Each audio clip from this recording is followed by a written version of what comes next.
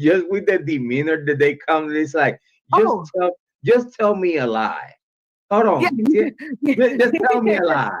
I They dare waiting you. for you. I dare you. I dare you. I dare you. Exactly. Like, please look me in my eye. The F, like, look. You look Lie to me. me Yeah. in my face. Yeah, lie to me to my face and see what happens. I get, this is what. Okay, this is exactly what. This is exactly what I've been at. I've been asked. I've told this story many times because I've had both. Big And shout out to Sifa. Sifa here. oh, hi, Sifa. Big shout out to Hi, Sifa. Sifa. Hi, Sifa. Big shout out. Thank you for being here. That's my best friend. Sifa and I are very close, and he's like, "What channel are you on?" And I'm like, "Jrod." So I knew he was coming. I didn't know if he was going to talk, but I like Sifa. Sifa always had like great conversations and stuff like that, though. well, He a good dude though. I like in a way he conversate.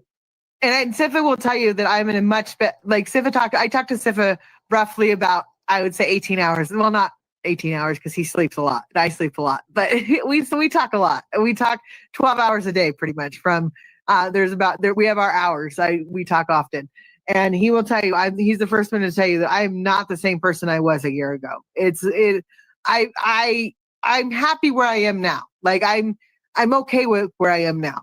Like I've even changed my medications, tweaked my medication some more and try to get it to be right for me because I'm not on the Adderall anymore. So there's other things that have, that in my life that because of not being on the Adderall, if someone tells me to go clean, and I clean houses, I told my doctor the other day, I went, I tried to go clean out the garage and clean out my car on the same day. And he goes, and let me guess, you did nothing. And I'm like, yep. And he goes, yep, that would be ADD. You can't tell yourself to go and tell, he goes, and that's the ADD and ADHD in you. You can't tell someone that's hyperactive to go clean out the garage and the car.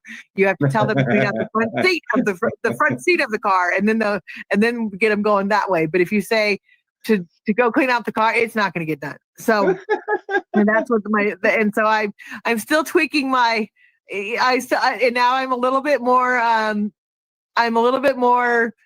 hyperactive, but I would actually say that I'm more calm. Like it really. Girl, you shining. Well, you shining. I'm gonna tell you right now. And listen, talking about shining, before we close the live stream, because I really wanted to talk. And listen, when you said when you did mention the birth certificate, I hope you know you almost made me cry. But I'm a man of mans. I'm a man of mans, and I don't cry. Can I? Well, wait. Can I? But should I? Can we talk about that for a sec? Oh, go ahead. This is your show. Talk. Go ahead. I'll give you. Well, it's already been outed. You just don't know it yet. I'm the one that gave Sifa the information to find the birth certificate, and Sifa, because of his, yeah. So that's how he found it. Listen. All right. I need a take from you. I need a take from you. Okay. Because I knew where she lived, and because I talked to somebody, I knew some private information that I've always kept private, and I was able to figure out where she was born. And so when I figured out where she was born, I reached back, and so Sifa's always had my back 100%. He's always kept that to himself unless I've outed it. We got to see the birth certificate thanks to you back then. Mm-hmm. Sif and I. Because I seen it on the internet. Yep, and Sif has it watermarked, and that's why. Go ahead, Megs. Okay. And then I think, if I'm not mistaken, I think that I seen it through Sifa. Yeah, that's how he got it. Yeah, you're right though. You know what? You know how much thank yous we gotta give you for that though. Listen, now that you could vow for Kylie Rodney being real. Well, no, Have you heard about that Ryan Upchurch case? Have you heard? I knew where I think, because of my job and because of where I work, I was able to pinpoint certain information that other people didn't have. So when I put two and two together, I figured out where she was born, and I said, and that was because of a live that Shan was doing, and so Sifa was during that time. Sifa had reached out to me, at the very beginning of the case and wrote me his testimony. Tifa was always so like Sif is absolutely amazing. Politely, like bringing the case to a level that it was more digestible for people.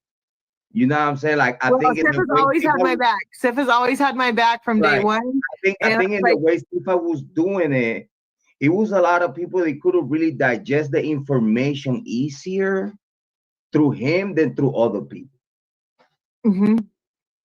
Well, no. So I reached out to Sifa, and so I reached out to Sifa and said what I knew, and I knew that he was good with the computer, and I was like that he'll be able to figure it out. So about 24 hours later, there was a birth certificate.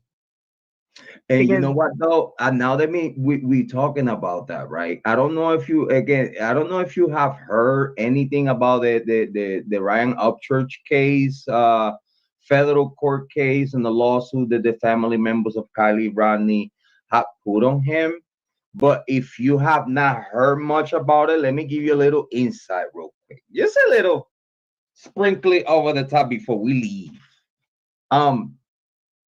It seems like after so long in the middle of the exploratory findings to get to trial within this case, right? It seems that the discovery that it was brought up against Kohberger, against Ryan Upchurch was so hefty. Like, we're talking about, for example, let me make it clear for those that don't know. You're a famous person that you are connected. You also have seen, because he was talking on the video, like, I seen one YouTube true crime show, and just because that one YouTube true crime show, and I'm like, bro, stop. We talking about, we had legacy media, international channels, the whole world is talking about Kylie Rodney. It's not this one YouTube channel. We talking about for the whole world, even news media outlets and stuff like that. Listen, dude, for the cops to be looking for her, she have to be real. Right. So I have pictures of her. She was absolutely real. Yeah. And then the thing is that the evidence and again the maliciousness of because again Ryan Upchurch is trying to, and I wish he was here though. He go to channels with like 10 subscribers and go and talk to people with 10 subscribers over there, but then all we hear, you know what I'm saying? We got at least 2,000 plus, and we talking about something that's relevant. He never want to show up. I don't know why, but it seems the discovery against him shows maliciousness. Mm-hmm.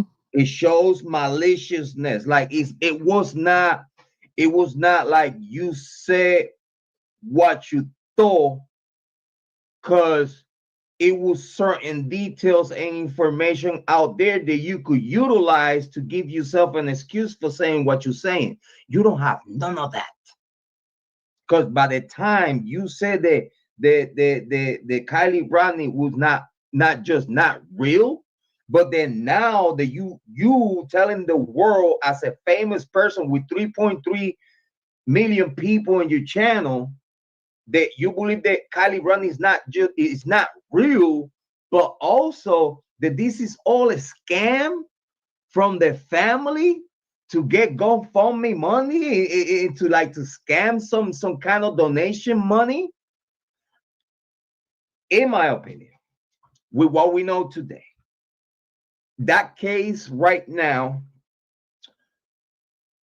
his lawyer, again, he just put a video out. I'm not going to show, but he just put a video out complaining about he has spent over $1 million